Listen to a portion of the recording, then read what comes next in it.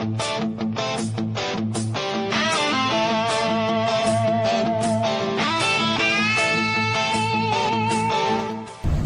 up, everybody? Cappuccino, Tim Paul here from Around the Piano. We are on our way to NAMM. We just landed in California. I mean, look at, no more snow. To Chicago, and it's going to live it up in the sun a little bit. Stay tuned for some great content coming around the corner. See you then. Later. With a heartbeat rhythm, we're lost and found. From the corner of the room shines a wooden heart. That piano calling us, let's make a start. Fingers on the keys, feel the magic flow. It's a rock and roll spirit, come on, let's go. So bring that music from around the piano. Let the melodies dance, let the good times flow. With every note we play, we ignite the night. Underneath the stars, everything feels right. Gather around the piano. Here we are with another great episode, the follow through following our NAMM back in January.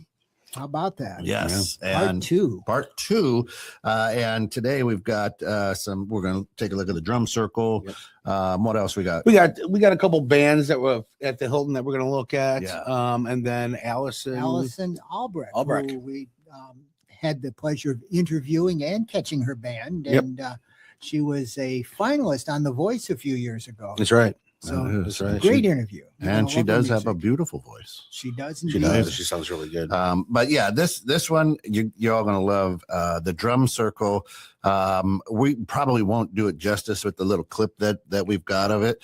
But imagine, I mean, this went on for close to an hour. Yeah. And yeah, they directed it too. Yes, so they there did. was two different forms of it. We got 2 pieces of data for it.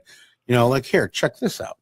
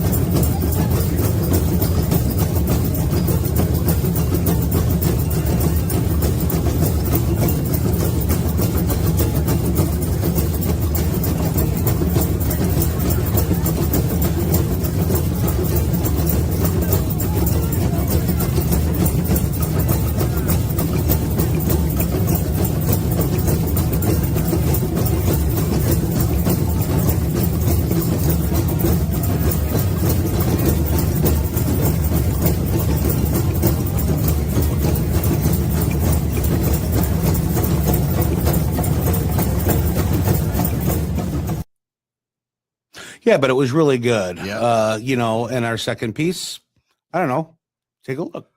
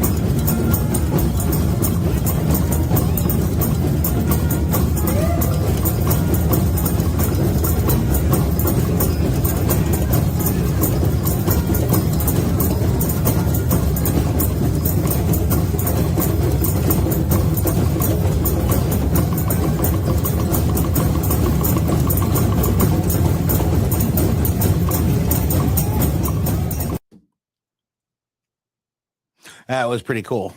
That again, and that was all weekend. It was. And just the amazing talent after talent after talent all day. I mean, when did the stages open up? Wow, the stages opened up usually around noontime. Music was going on, and then that was going on up till midnight, 1 o'clock in the morning. Yeah. And every 40 minutes, Bang, a new, bang, bang. new back to back to back. There was like a 20-minute interlude while the next band set up. But we're talking about 7 or 8 different stages minimum Right. throughout. So there was always music going on. It's a great layout there. You know, you got the convention center, and then in the surrounding, I call it the horseshoe, basically, are these hotels, and each hotel has a stage set up for all these bands. So in rotating there, we were able to divide and conquer a little bit more this year on that. But we do have a really great main stage recording with a surprise ending. You know, We which was pretty really cool. do. Yeah. It's- That'll be on the final episode. Yeah. it will be. Yeah. And listen, if you love the way this looks, I mean, I'm just kind of looking at us on the monitor right now. We made a great connection out there at NAMM. That's right. Let's not forget about our good friends over at Ozbot. Ozbot. You're checking us out on the tail too. They have put together some technology, which is really pretty cool, for live streaming, for podcasting. Check them out at obsbot.com. But it is awesome. So thank you, Obsbot, for helping us out. Cappuccino salute to you. Yeah. You know, I also want to thank, because it was a very mutual success working with NAMM in their oral history project. We helped them out with some of their interviews. Nico back here behind the camera today, he was behind the camera for NAMM out there, and they let us use some of their facilities and equipment to do our thing while we were there. So it was a great partnership for sure. yeah, a really good partnership. I'd be happy to do that again next year. Absolutely. Yeah, You know. Nico was pretty excited to help out with the oral history. Yeah, oral history. He was. Sorry, And sorry, the comma was in Capture the wrong that. place. So one of the things too I want to talk about, it was mentioned a little bit on last episode, was the award. You know, you explain the award. Well, the award was it was fascinating. We were nominated as one of the top 100 dealers across the world by NAMM, and we've been nominated now 4 times, which was great. Just to be among the top 100. That's really cool. Yeah, It's it's pretty pretty cool. pretty cool. It's pretty cool. But because of you guys and our partnership, Right. and they didn't mention the studio when we got there, but I'll No. tell you, we were nominated in the top 3 for an innovation award. Right. So it came down, and it was because of what we do here at the studio. Well, you know, working Around the together. Piano is one of our favorite shows. Staples. One of our best shows. It's a staple in our little community here. And you know, well, they didn't know either. Right. You know, we just thought that Tim wanted to take all the credit, He did. as he usually does. Well, I did. I just didn't want to say that up front. Him and Jason. Him and Jason, you know. No, I mean, listen, we came together as a partner. We have a partnership at this location with you because of the space and how we decided to run it, and it's been going great. But hands down to you, because you've been doing lifting spirits every day. Every day. And that's one of the shows that you have at your store. And then we branched that off into interviews, and one of the fastest growing podcasts here at 21.6 is Around the Piano. Along with some of our other shows. Check them out at 216 Creator Studios at YouTube. Like, subscribing, that bell, plug. But for the most part, Around the Piano is probably one of our favorites, just due to the fact that we are able to kind of integrate in the music world. And that's because of you. Wow, it's fun. It's And fun. listen, if you love what you see, if you're enjoying this episode of our NAMM follow-up, share that with 1 or 2 people that were at NAMM with you. And then it helps us out a ton. If you're doing that, leave us a comment on why you're enjoying this episode of our NAMM follow-up. And or if you are hating it right now, let us know that as well, so we can try to make a better product, because we really love the partnership with NAMM that we're building, and then all the likes and subscribes. You know, It's share. always appreciated. Yeah. Yep. Absolutely. And if you'd like to be part of one of our shows, including Around the Piano for you music people out there, get in touch with us. We'd love to consider you for a guest interview this coming year sometime. Yeah, Tim's cell phone number is no, I'm just kidding. Exactly. 8675. Or just you can shoot us an email at info@216creatorstudios.com. That's plural on studio. So info@216creatorstudios.com. Yeah. Well, man, let's get at it, I guess, right? What's the last clip there, Bob? So that's it. We're doing 2 bands now. We've already taken a look at the footage of the drum circle. So we're gonna go ahead and hit a couple of these bands here. Enjoy the music, guys, and enjoy the interview, and we'll see you on part 3.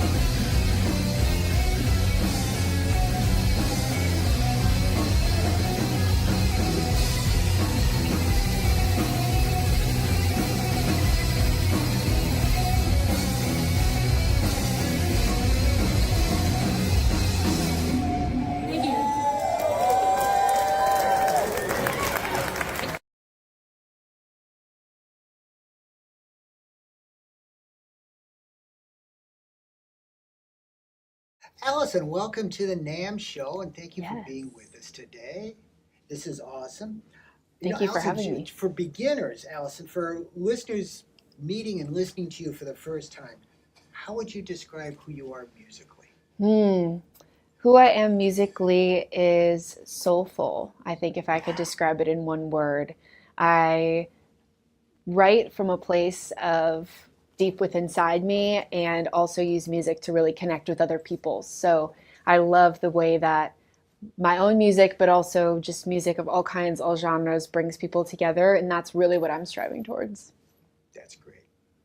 So when did you know that music was something more than just a hobby for you? Good question. I remember wanting to do music as my job when I grew up from kindergarten or first grade. I originally wanted to be a singer, dancer, actress is what I wrote on my All About Me posters, but singer is really what my passion was. So I was writing too. I would write, journal entries or make up stories, and I would write for hours and hours when I was 4, 5, and 6, and then paired that with the music as I got a little bit older.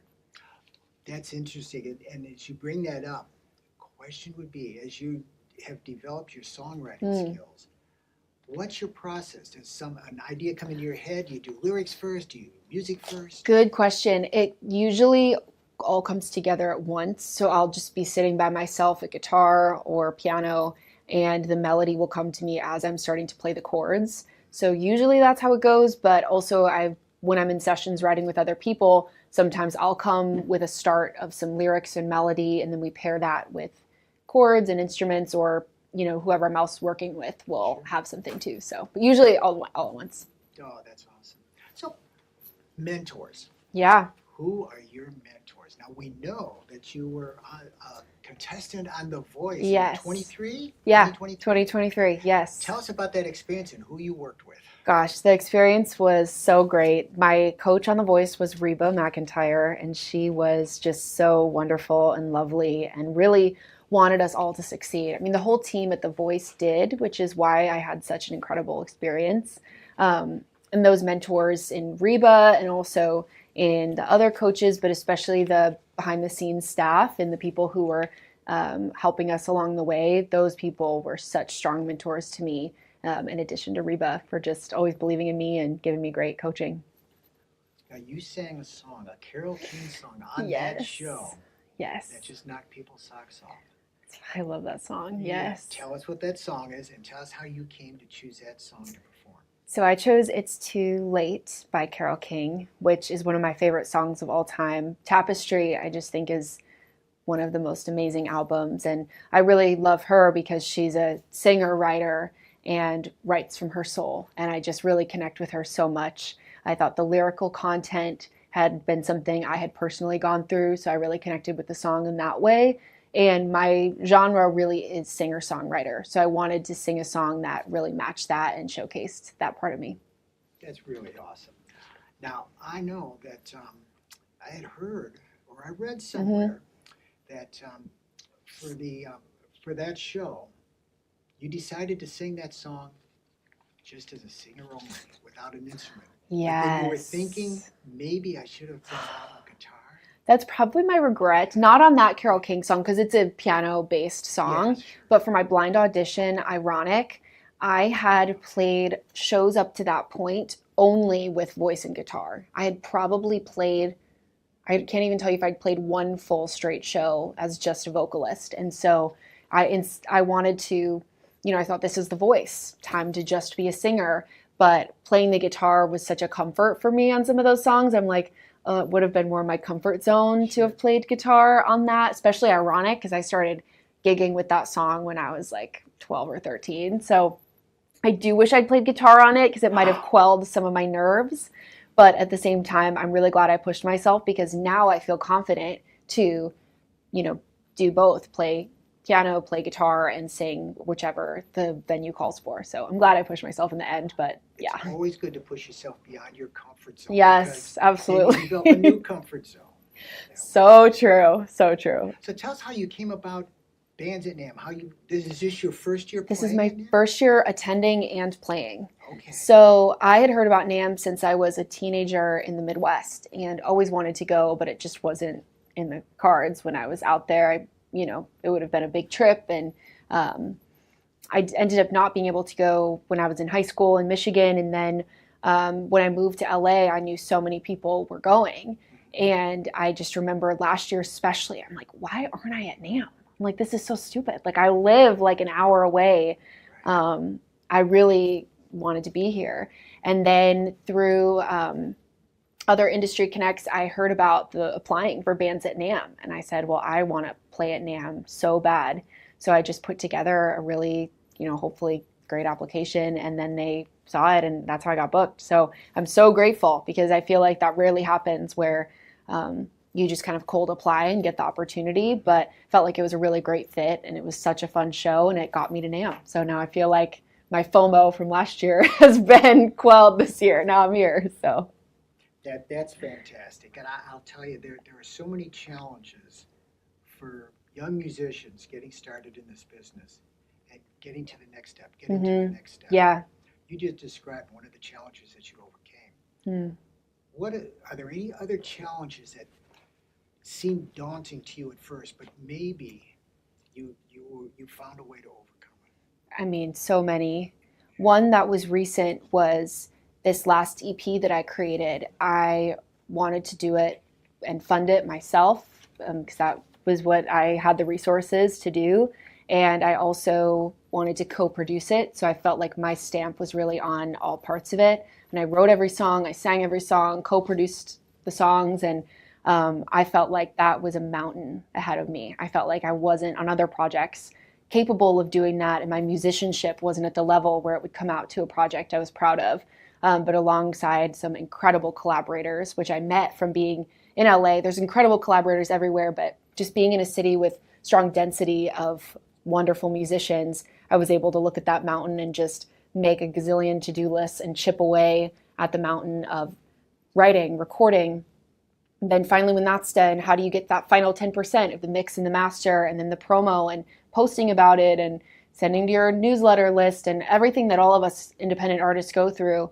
But one of my peers who I look up to said, oh yeah, it's an impossible task to do by yourself. And that really gave me comfort in, it seems so easy because everybody's releasing stuff all the time. But when you're truly independent, it does take a village and it is a mountain. So that was a recent challenge that I overcame, was just believing in myself that I could do it and relying on others for help. I got so much help from others who believed in the project. So. Well, it comes through watching you perform.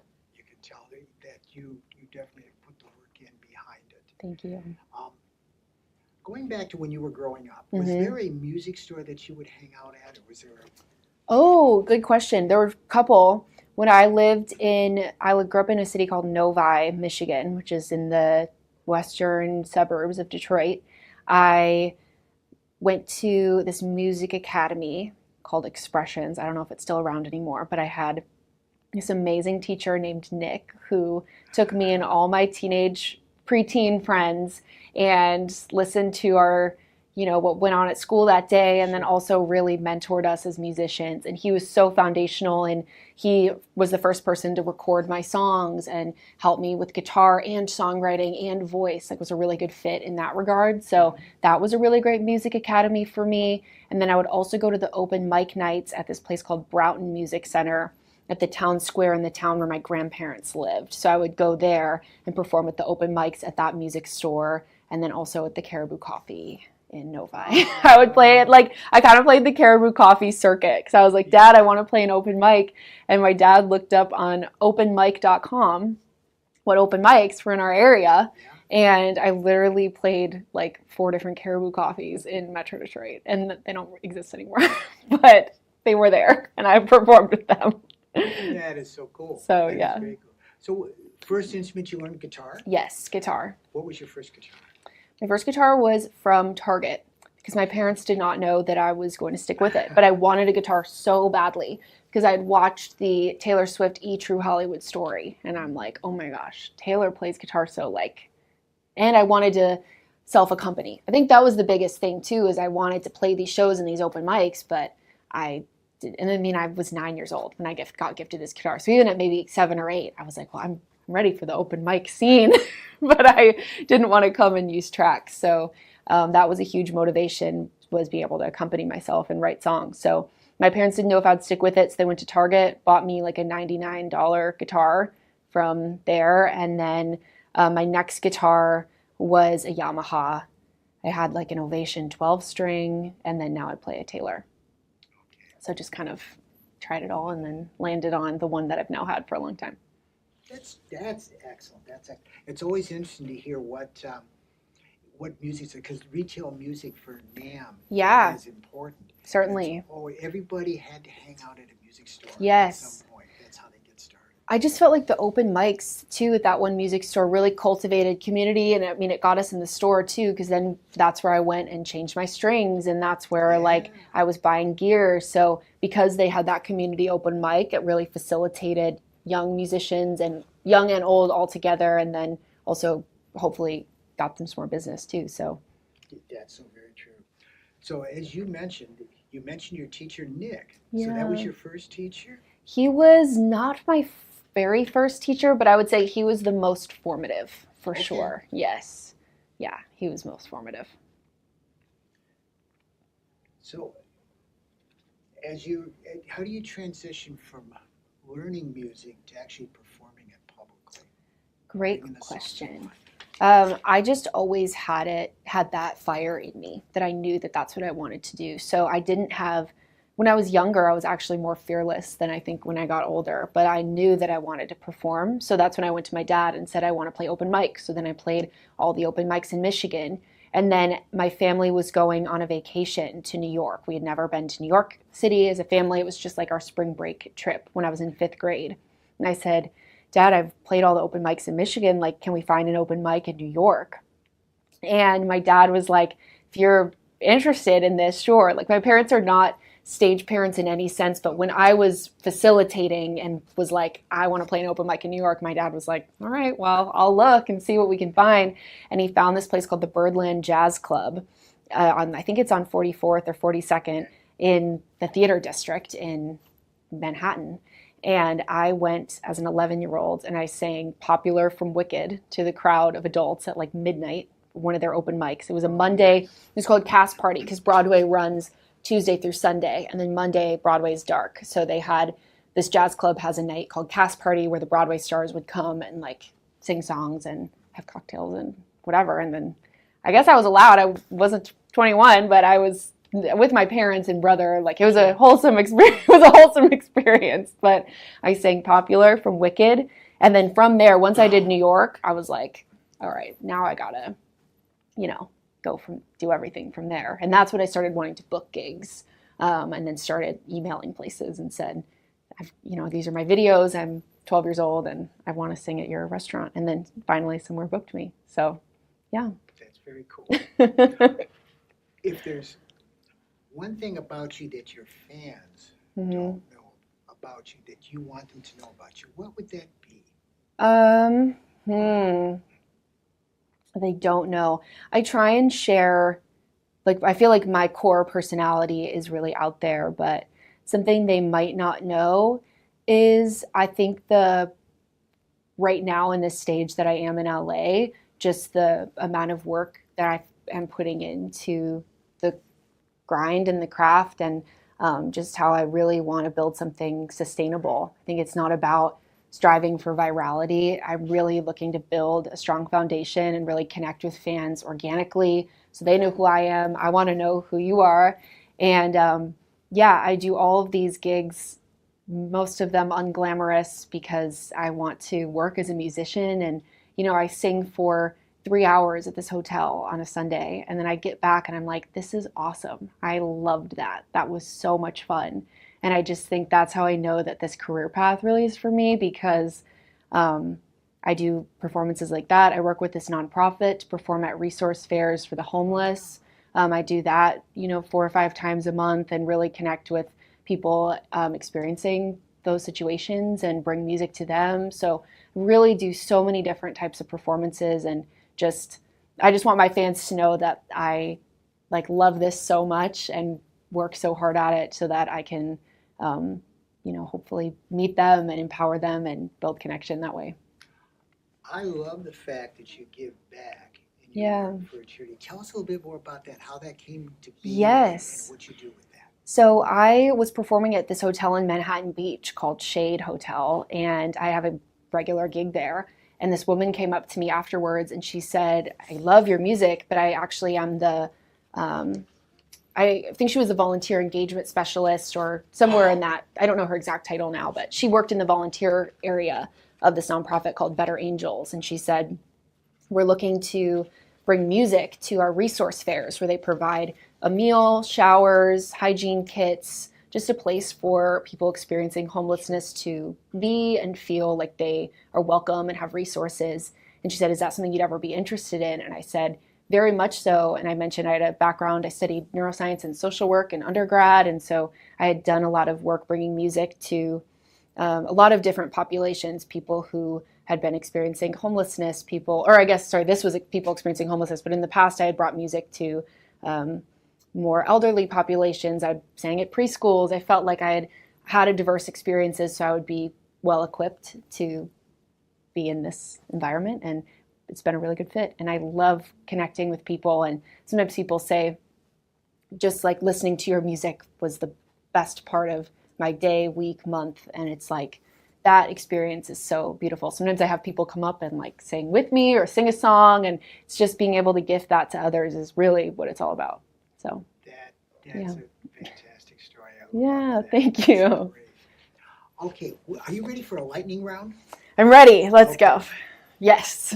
Beatles or Stones? Beatles. Okay, favorite artist? Sarah Bareilles. Oh, good answer. Interesting. I thought maybe you were going to say Reba McEntire. Gosh, I mean, I love her. There's so many. It's hard in the lightning It's round. I'm hard, like Carol right? King, Joni Mitchell, Taylor Swift, Sarah Bareilles. But Sarah Bareilles is like my, gosh, I would cry if I met her. I'm obsessed with her. Fantastic. Okay, favorite cheese? Feta. Ah, Yes. okay. Feta. Yeah. Say feta. Thank you, Suzanne.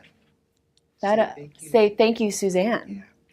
Thank we you. always ask that question for Suzanne. Oh, thank you, Suzanne. Oh, I love it. Yeah. That's my favorite cheese, feta. Thank you for doing this. and Thank being with you. us. Oh This my was goodness, this awesome. was fantastic. Yeah. Such a pleasure. You're a writer. I love both so much. And this song is called When Things Change. And it's about sort of the unraveling of a relationship. It could be romantic or friendship, but it's kind of that moment where you realize that it's probably not going to be salvaged, unfortunately. But that's all right. It's called When Things Change.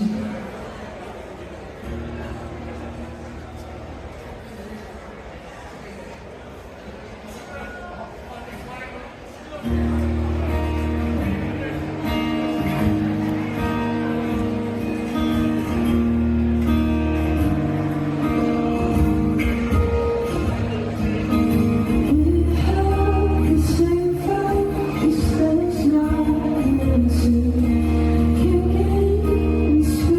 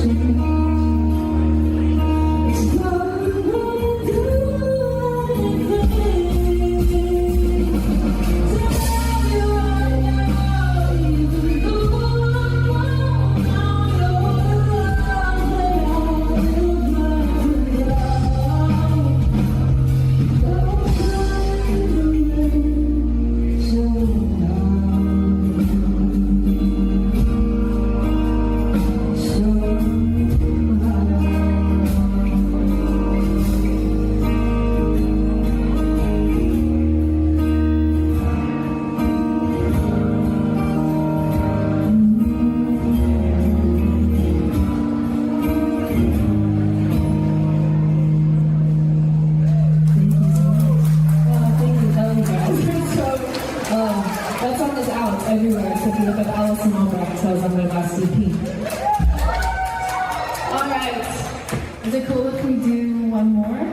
Yeah? Yes? Well, good news, because this one is a dance one, all right? I mean, I guess we could make any song a dance one, but this one for real. Okay, incredible. Well, this is the song for you. There may even be a little part of audience participation, so get ready. Get ready for that. Don't say I didn't warn you. I just want to thank all these guys behind me, Mario, Josh, Nick, Derek, Simon, the best thing with them. This song is called Lifeline. This is also out everywhere.